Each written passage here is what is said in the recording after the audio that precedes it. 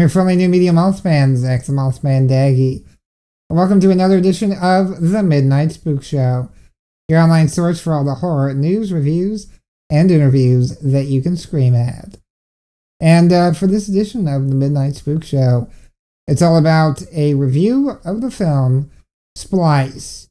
Now, this is a film that was in theaters earlier this year, came out on DVD just a few weeks or so ago, and never really got a chance to review it here on Spook Show, so I thought I'd go ahead and take the opportunity to do so. And so this is a film directed by Vincenzo Natali, I believe that's how it's pronounced. He is the guy behind the film Cypher, along with The Cube.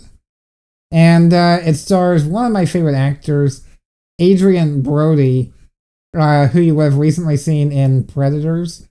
And he was also in one of my favorite movies, The Brothers Bloom. And it also has Sarah Polley of Dawn of the Dead and Mr. Nobody, along with a little-known actress by the name of Delphine Chanis. I believe that's how it's pronounced. Probably butchering the hell out of that name. She's a French-born actress that was in the recent Pink Panther film, along with a film called Verso. There we go. The storyline of this film is that it's very much a modern-day Frankenstein tale.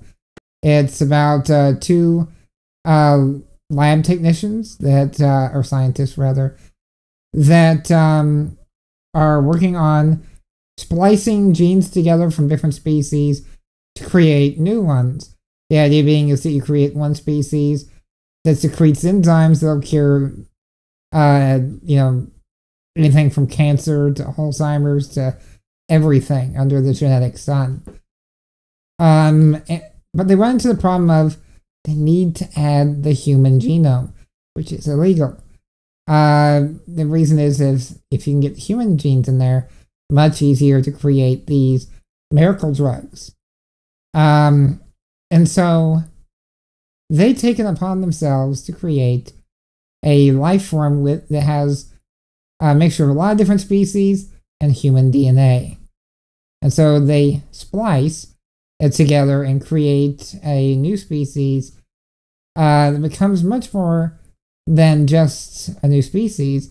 It almost becomes like a daughter to them, and they name it Dren, which happens to be nerd backwards, which was kind of epic. So let me just start off by saying this is not a popcorn flick. This is very much a thinking film. And in addition to it being deep and incredibly dark, it is disturbing as hell. And I'm not talking about the creature. The two scientists that create her are messed up. It goes through a lot of human psychology problems. And, the thing about the movie is you can't really say what these characters do because that'll spoil 90% of the movie. But it goes through a lot of Freudian stuff. If you're a psych major or study any bit of psychiatry, this is just going to be an awesome film to watch. And it goes into the whole God complex stuff. With the creature, they go into, the whole, I guess it'd be electric complex in this. And it's done very well. The special effects are outstanding. It starts off almost completely CGI, but then kind of goes to almost human, when she starts looking more human later on. And the actress that plays her, spectacular job acting. She doesn't really have any lines in the entire movie. But, it's very Boris Karloff in, how he played Frankenstein. Just a brilliant performance. And she really makes this movie. The only negative thing I have to say, though, the last 15 minutes ruin the movie. I shouldn't say ruin it because I still want to see the movie again and I think highly, highly, highly recommend that if you're a serious film aficionado to watch this movie. But the end is your cliche monster movie. And it's a pity, because what made this movie work was it wasn't a cliche monster movie. Nothing wrong with cliche monster movies, but that's not why I'm watching this movie. You know, I don't want the creature of the week fight scenes.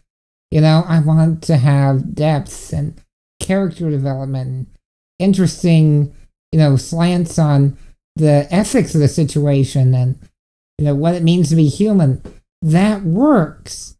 And then they decided nope, let's do your cliche battle the creature moment at the end. So, ending aside, I highly recommend this movie. It was fantastically done. It is disturbing. If you have a weak stomach for those type of films, stay away. But if you're wanting to get, you know, in a more depth-filled story, then definitely check it out. You know, I mean, Let Me In was for Dracula what Splice is for Frankenstein.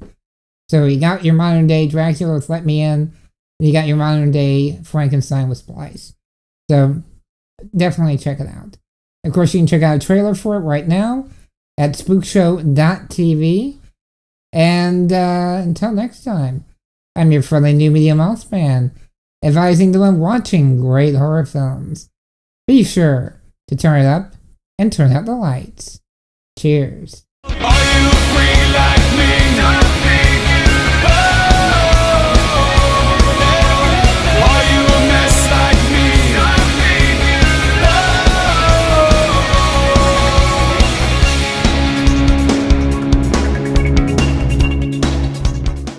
This episode of Midnight Spook Show is brought to you by Pet Meds. If you're looking to take care of your furry friend, Pet Meds has you covered. They have some of the leading products, be it pet supplies or medications, and they'll deliver it straight to your door, and you can save 10% on your next order simply by going over to 1-800-PetMeds.com/midnight. And yes, indeed, Midnight Spook Show is proud to be a paid affiliate of Pet Meds.